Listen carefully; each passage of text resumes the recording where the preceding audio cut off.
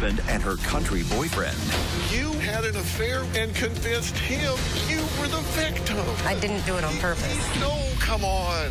Now, Richard and Lloyd have never spoken face to face. the two men meet for the first time. Julie, sit wherever you feel like you should. Will she choose her childhood crush? After 20 years, you wound up in a pickup truck having sex, and you initiated it. Or her husband? What gives you the right to be with this man's wife? Let's do it. Have a good show, everybody. Here we go. This is a safe place to talk about hard things. Stand by. We'll count you down. I try to be an emotional compass and point you in the right direction. 5, 4. I am not giving up on you.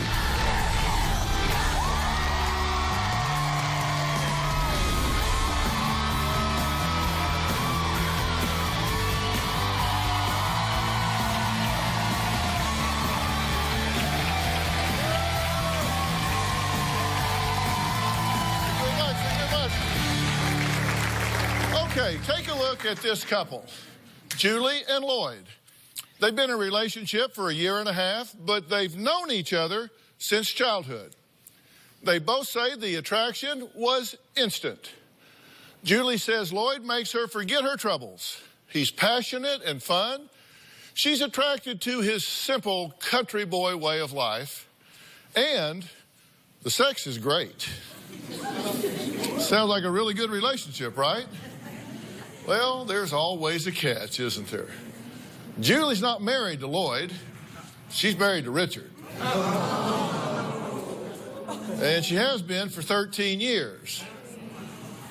Now, after a year and a half of this twisted love triangle, they're all saying, you know what? Enough's enough and too much is too much. And it's time to figure this out.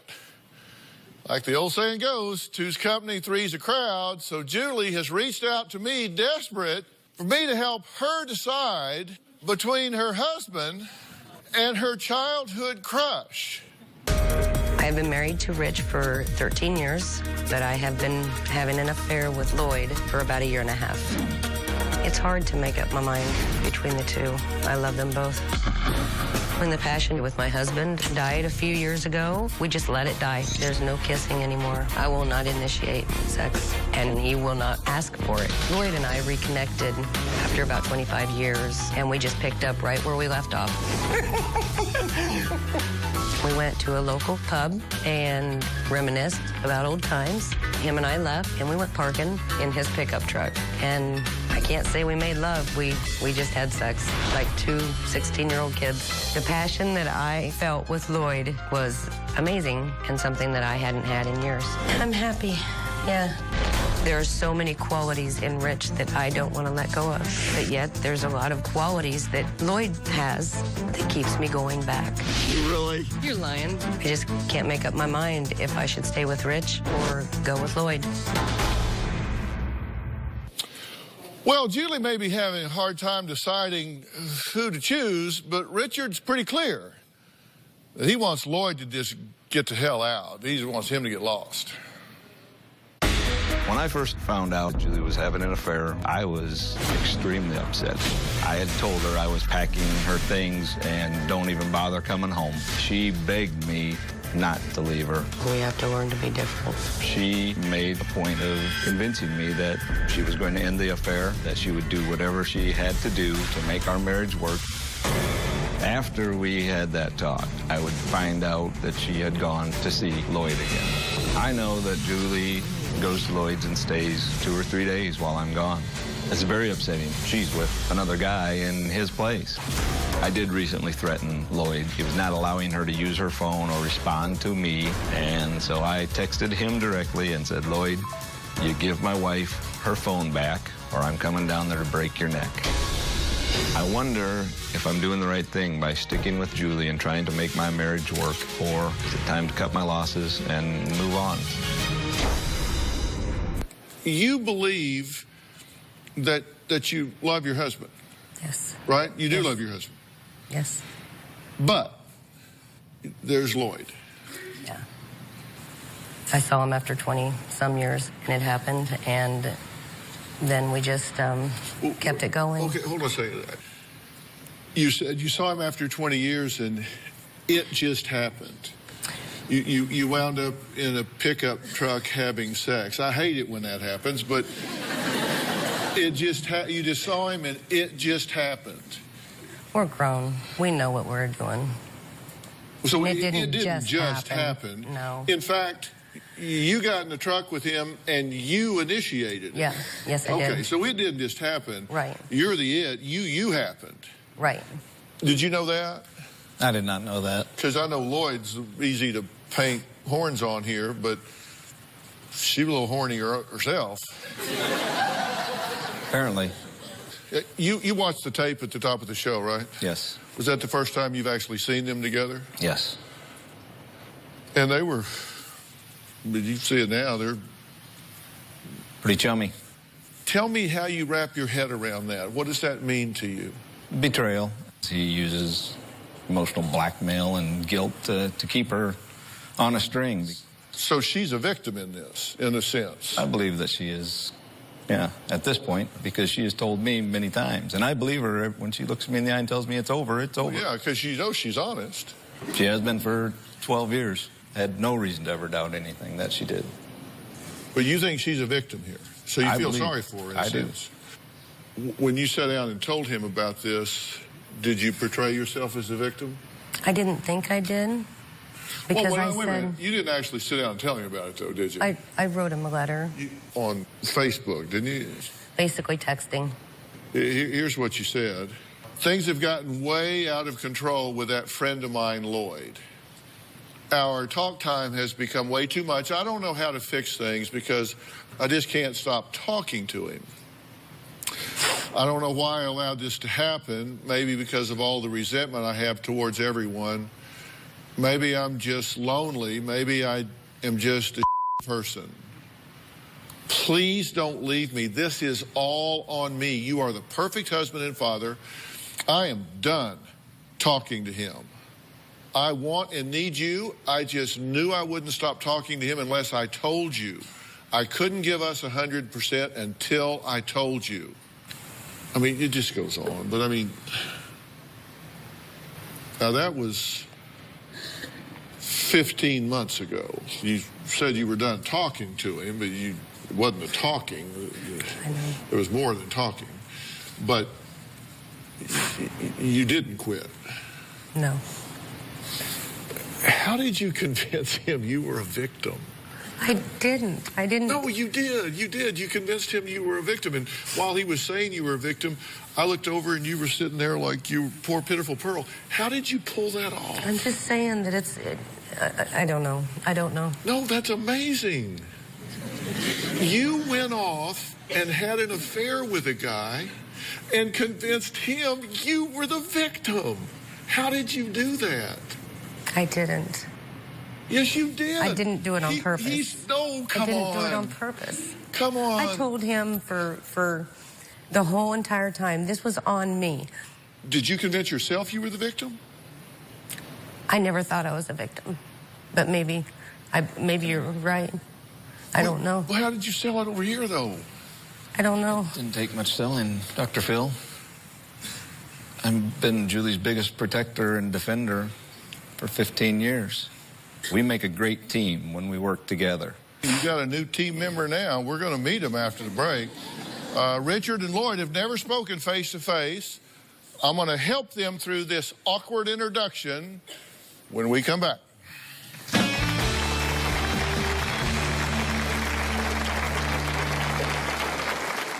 Julie and I, we're pretty awesome in bed. We're both in love with each other. She needs to make a decision. It's either Rich or me. And later, My grandson knows something is going on because when Rich goes to work, he whispers in my ear and says, "Are we going to go see Lloyd?" Tomorrow on an all-new Dr. Phil. From former Subway sandwich king to child sex scandal. Jared Fogle is a monster. For the first time ever, the secret audio tapes of Jared Fogle. I love the middle school tonight. Girls are starting to get, you know. The woman who helped bring him down. He told me how he would get children. how to gain their trust so they can be abused. A Dr. Phil exclusive. Victims are on the most. Like, they young girls or the young boys? You know, both of them do. The shocking phone call that catches him talking about child sex. I had this little boy. It's amazing. That's tomorrow.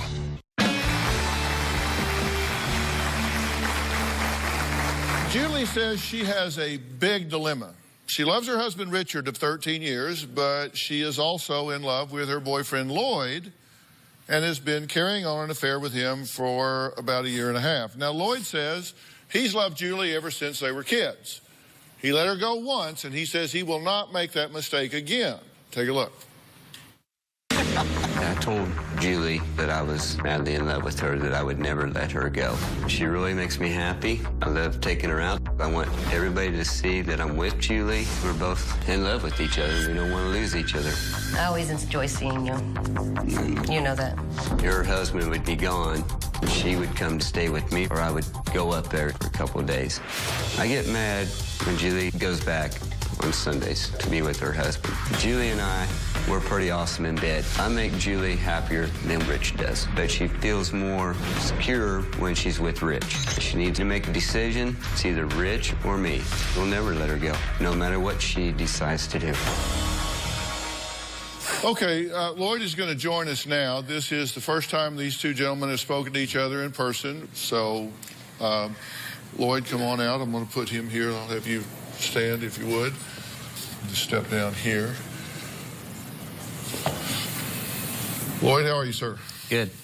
Julie, you know, I'm Dr. Phil. Nice to meet you. I'll have you sit right over here if you would, Lloyd. Okay. And Julie, you sit wherever you feel like you should. I'll let you make up your mind on that.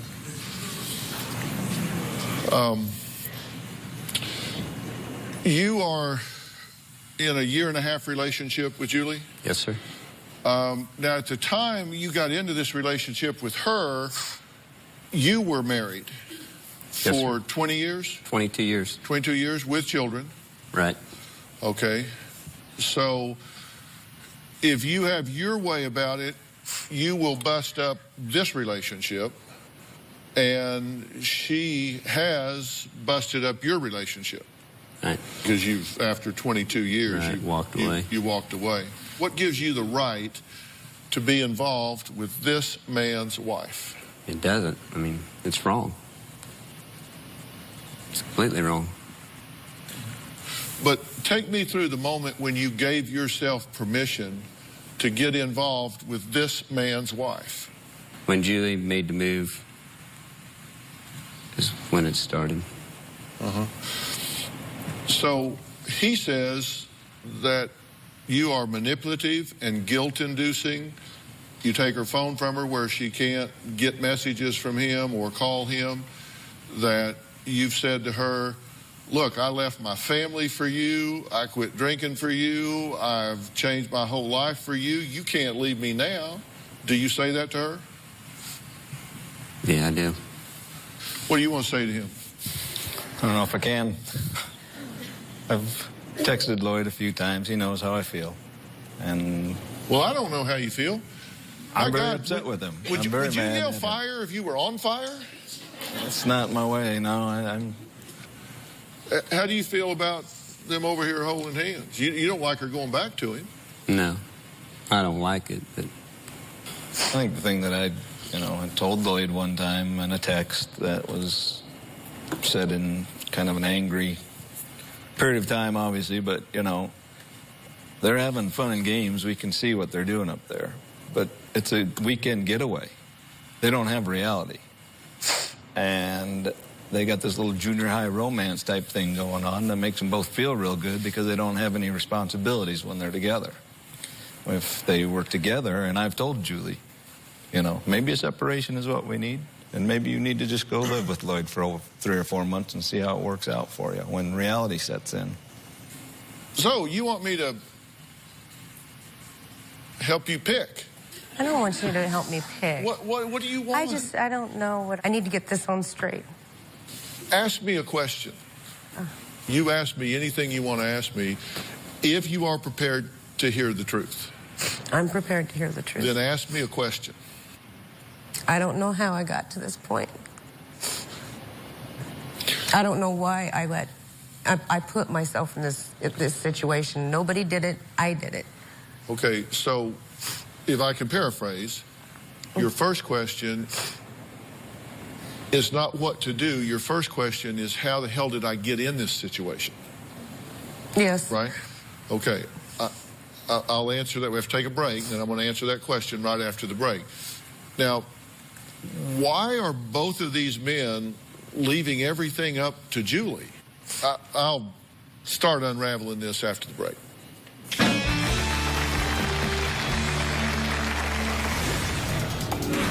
You were taking your child to hang out with your lover while his dad was on the road working. And later... You know, I gotta leave you. I can't do this. I need to walk away. And you know that was wrong. And I told you that was wrong. Bringing my grandson around Lloyd at first seemed okay because he didn't get to see anything other than friendship. Our grandson would come home and make little comments. Hey, me and Lloyd are country boys. Dad, you're a city boy. Very hurtful. My grandson knows something is going on because when Rich goes to work, he whispers in my ear and says, "Are we going to go see Lloyd?" I feel extremely guilty because I know better than to introduce my grandson into something like this. Your grandson, are you raising him? Yes. So this is essentially a child. Our child. Right. So you were taking your child to hang out with your lover. Yes. While his dad was on the road working. Yes. Really? Yeah. Did you comment on that? Yes. I told her I was not happy with that, with that situation, that it was going to lead to a lot of problems long term because he was going to end up being torn. How old is he now? 5. Then when he gets 6, 7, and 8, and he remembers that his mother, because you're his mother to him, you call it grandmother, you call it aunt, you call it whatever you want, was taking him to hang out with another man that he sees having affection with, I'm not saying inappropriate, but affection with, while dad's gone. How does he accommodate to that? How does a child sort that out in their mind? You know, I don't know. I know they couldn't possibly. You need to stop taking your child around your illicit love affair.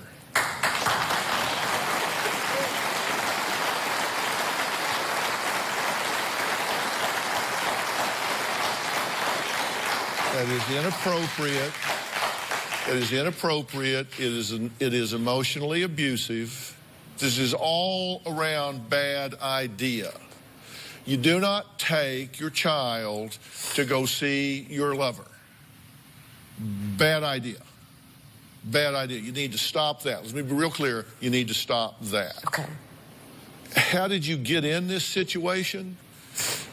You got in this situation because the two of you stopped working on your relationship, and then you went and started playing footsie with him. And you're quite right, and it's easy when you don't have bills to pay, you don't have a house to run, you don't have problems to solve.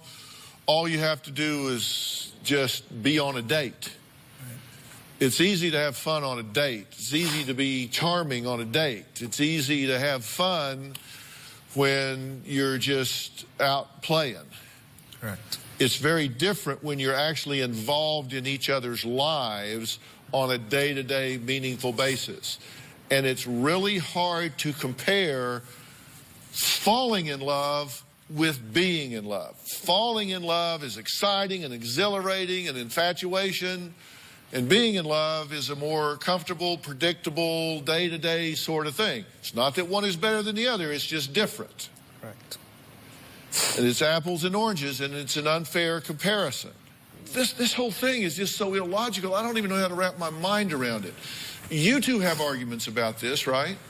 You two have arguments among yourselves and about your marriage, correct? You're upset with her about her relationship with him. You're upset with her about her relationship with him. Correct. You're upset with yourself about your relationship with both of them. Is anybody happy? Mm-mm. No. No. Surprise! We'll be right back.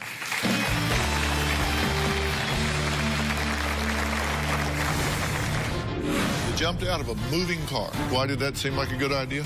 We were arguing, and I just like, I got to get out. What do you think about that? It's embarrassing. Lloyd is very possessive and jealous and wants me all to himself without Rich in the picture. It just upsets me when I know that she's going back home. Our arguments can be very volatile. One night when we were driving down the road, I had said I was going to go home to Rich, and so Lloyd jumped out of the car. Another night, he grabbed me by my arms. I didn't even realize how hard he grabbed me until I went home and saw the bruises on both sides. This past weekend, Lloyd did not want me to go home. I had my grandson in my arms, and Lloyd pushed me backwards. I did not fall down, but I lost balance. I gave her a little push, but that's all that's ever happened. Now I am scared that I might be getting myself back into a volatile relationship. You've been married a couple times before, okay? And so I want to write something down here. Now, you have had previous partners, okay? And we said that those partners were not good in that they were abusive, correct? Yes. We said that those partners were not good because there was alcohol involved, correct? Yes. We said those were not good because they were unpredictable, correct? Correct. Controlling? Yeah. Jealous? Yes. Possessive?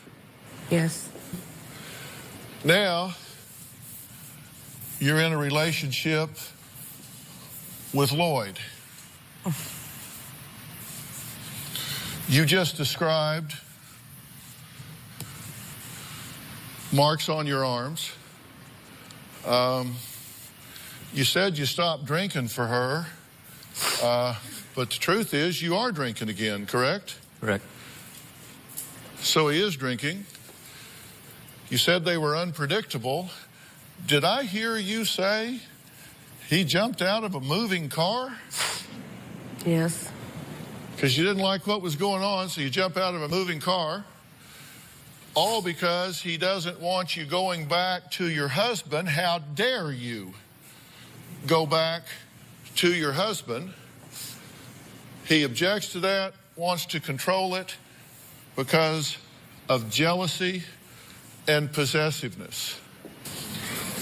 I know. Now, I'm sure he's a hell of a lot of fun in the seat of a pickup truck, but on the other hand, it seems to me that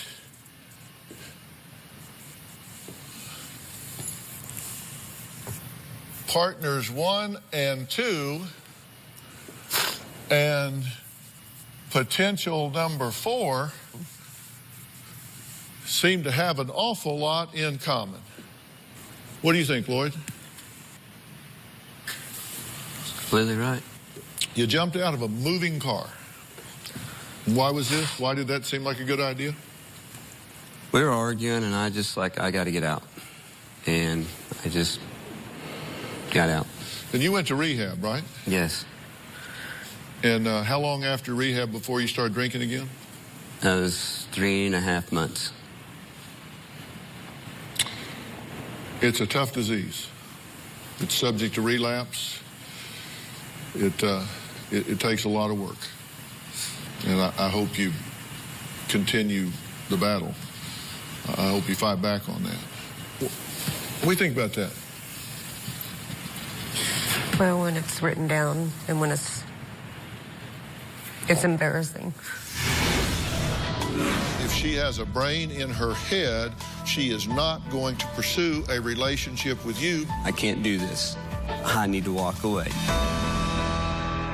Tomorrow on an all-new Dr. Phil. Exclusive. The secret audio tapes of former Subway spokesman Jared Fogle. I had this little boy. It was amazing. It just felt so good. It felt so good. Only on Dr. Phil. That's tomorrow. Julie never wears her wedding band when she's around me. Today I caught her with the wedding band on, and she knew it bothered me. Oh, shoot.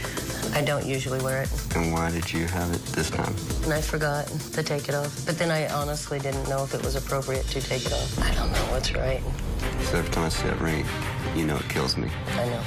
So I got rid of my ring, and I see you with your ring. You know, marriage is tough.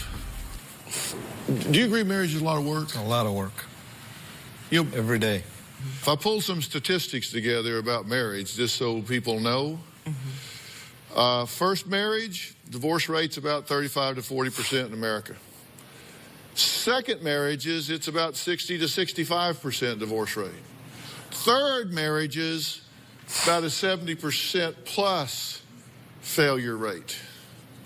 Marriages that are born out of infidelity, particularly when both people are cheaters, about 95% failure rate.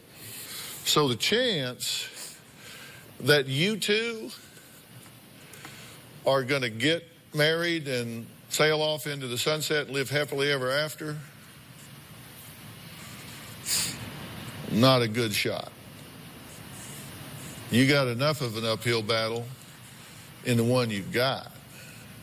I'm just telling you the truth. I told you, don't ask me if you don't want me to tell you the truth. He says he's not abusive. You're drinking, fighting. Come on, who are you turning down? If this, he left his wife and kids. He's drinking, fighting, and jumping out of your truck. Who the hell did you turn down? Whether you stay with him or whether you don't, he's not a good fit for you. And you're guilt-induced or saying, I left my wife and kids for you? What, that's her fault? The thing is, I've only done it, what, once? One what? When I pushed you. And what did I do when I did that? What did I say? I'm done. I am never doing, I got to leave you. I can't do this. I need to walk away. And you said, no, it's more my fault than it is yours. It was wrong. And you know that was wrong. And I told you that was wrong. I know. And I've only done that one time. I've never, ever done that to anybody. And you know that. Well, she may know it, but I don't. I don't think you're an evil guy. I think you are confused. I think you are lost. And I think you are an alcoholic. And you put an alcoholic in a high-stress, desperate situation, they are going to make bad choices at a high-risk level. You are a high-risk candidate for her statistically, behaviorally, and life match-wise. You guys have absolutely no business being together. You can kill the messenger, but I'm telling you, the chance of this thing working between the two of you is zip, zero, nada, yet is not going to work. Ain't going to work. I'm just telling you. And you can be upset for me telling you the truth, but the day will come when you will say, he told me the truth. I didn't want to hear it, but he told me the truth. Right. And if she has a brain in her head, she is not going to pursue a relationship with you because you are a high-risk candidate interloping into a marriage where you have no business being. Then you went from the bar to the pickup and had sex. Reckon you could at least require that she stop. Do you need Dr. Phil's help? Text Phil to 88500 and share your story for a chance to appear on the show. Standard message and data rates may apply. If you are going to be in the Los Angeles area and you would like free tickets, go to drphil.com and click on Be in the Audience. Or you can call 323-461-PHIL.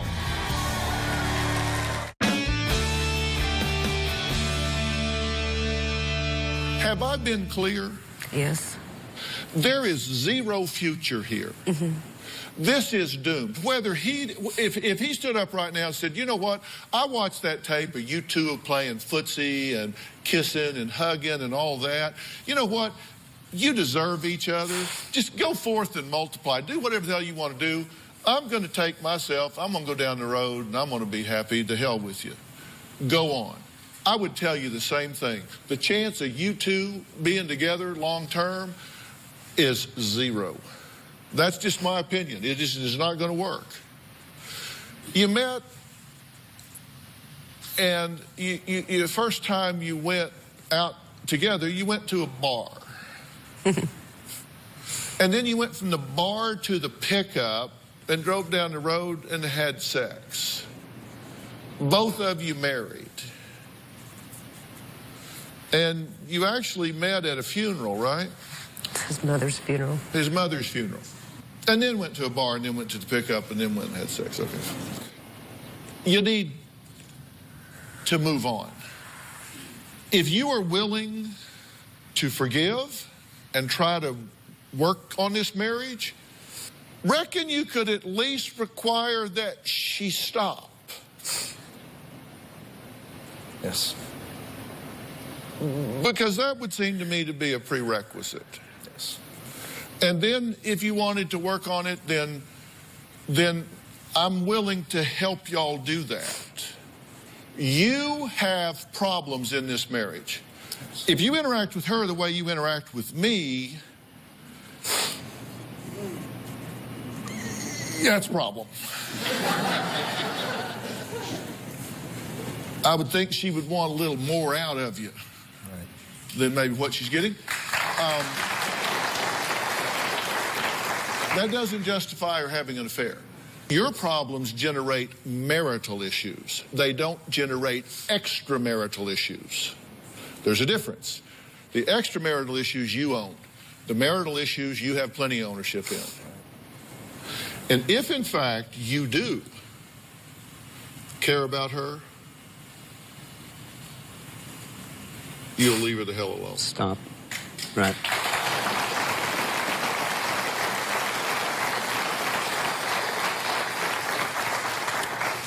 One last thing. We all have a personal truth, and we generate the results in life we believe we deserve. And you've generated yourself a mess. That tells me that's exactly what you believe you deserve.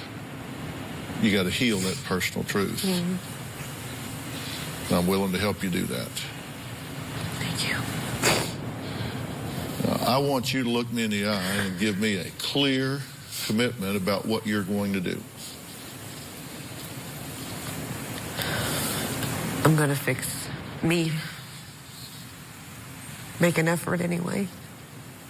And I'm going to stop seeing Lloyd. And I want to work on my marriage. I want to get it back. He's a good man.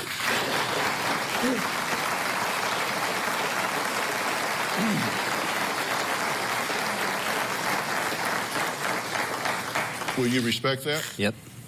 You will? Yes, I will. Okay. Coming up, what Kathy Lee and I now have in common. I'll tell you what I mean after the break.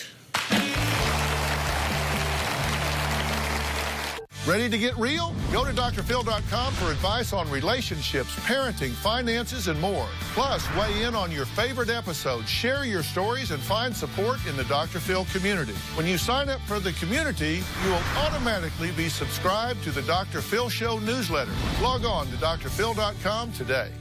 It's not often I get to turn the tables on Philip and brag shamelessly about all he has accomplished, but today is a little different. Recently, we had the privilege of being invited to New York to rub elbows with other broadcast luminaries who are being inducted into the Broadcasting and Cable Hall of Fame. I just happen to be elbow to elbow right now with one of those honorees. I wanted to share that special night with the people that mean so much to him, his audience.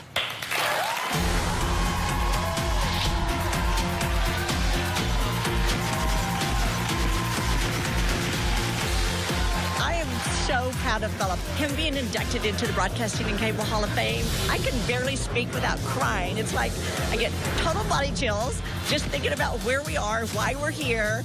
And yes, it's very emotional. Our dad is amazing. He works so hard to do what he does. And tonight is one of those nights where you see that everybody else agrees. He loves what he does, which is my favorite part about watching him kind of grow through his TV career. It doesn't get any better than this. He says, I always get all the credit, but it's really all the producers that do all the work, which is kind of a lie because he's a very hardworking man. In fact, he's the hardest working talent that I've ever worked for. He's a talented man, but he's also brilliant. This is really an honor for the show itself. It's a celebration of everything that we have accomplished as a television show. He's a great guy, he really is. And I'm glad he's getting his thing tonight. Regis is already in.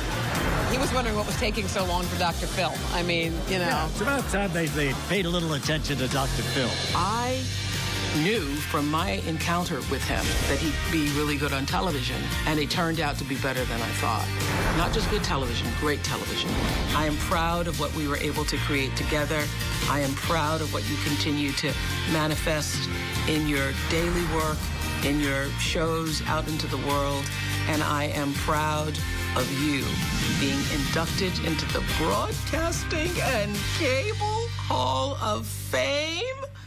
Who knew? Ladies and gentlemen, please welcome Dr. Phil McGraw. It really has been an interesting ride for a guy that had absolutely no intention of ever being on television, ever. You know, an interesting thing about our show, we're in our 14th season now. Carla Pennington is our executive producer. She's the only one I've ever had or will have. Even across 14 years, hell, I've got the same 7 cameramen I started with day one. But the most important people to thank, like so many of y'all have said before me, are my family, Robin, Jay, and Jordan. We started with a mission, and we said on our show we want to deal with the silent epidemics. We want to give a voice to those people that don't have one. We want to change the narrative in America about mental health and mental illness. And I think we've done that at least in a small way. We've contributed to it. To be up here and inducted into the Hall of Fame is really pretty surreal for an old country boy, and I just thank you. Thank you very much. When somebody puts you in the Hall of Fame, that means something. It just kind of is a way of reminding you that people appreciate what you're doing and take it seriously, which is good.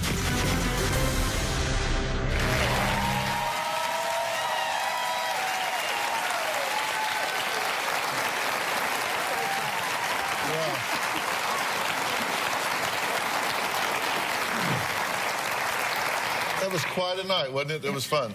It was so beautiful and so well-deserved. Yeah. So well-deserved. And he made the cover. Love that he made the cover.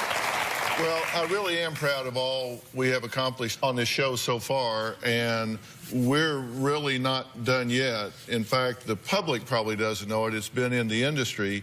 But we just announced that we're going to continue the Dr. Phil Show, and we have been renewed until the year 2020.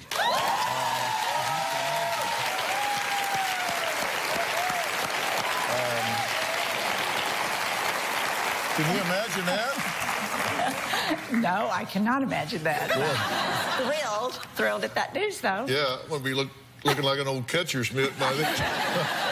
I don't believe it. Till 2020. We are so excited about what we have coming up right now this November. Here's a sneak peek at some of the shows we're working on coming up starting later this week. In 45 years, this is a first for me. Adam has trust issues with women. Including the ones he's seeing while he's married to you. When you walk in these shoes, you'll know what it's like. Well, lady, when you walk in these shoes, you'll see bull when you see it.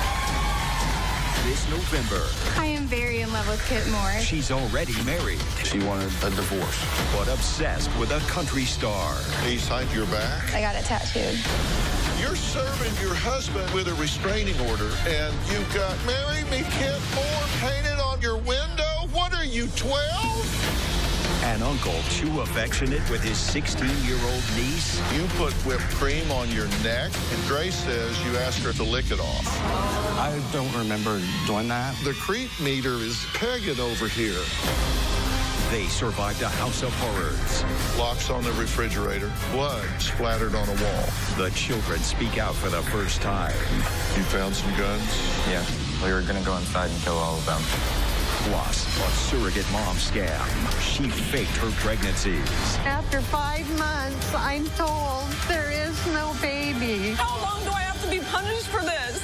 He destroyed our lives. This is the month Did he kidnap your daughter? He did. No. where anything can happen. She asked me to come get her. You're lying. I'm lying? Why don't you shut the hell up? I'm not going to shut my mouth. If I didn't think I'd go to jail for it, I would go across this 3 feet of floor right here, and I'd take his damn head off.